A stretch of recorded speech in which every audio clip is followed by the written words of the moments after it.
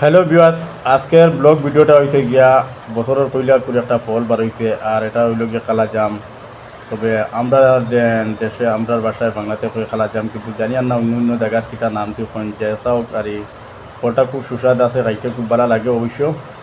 আর বাজার থেকে কিনে আনিয়া খাইবা। আজকে আমরা এক জায়গায় গেছিলাম বর্তমানে, আর এখান থেকে ফাড়িয়া আনছি, আনিয়া বর্তমানে খাইয়ার এবং টেস্ট করিয়া দেন খাইতে কীরকম লাগে কালা জামটা।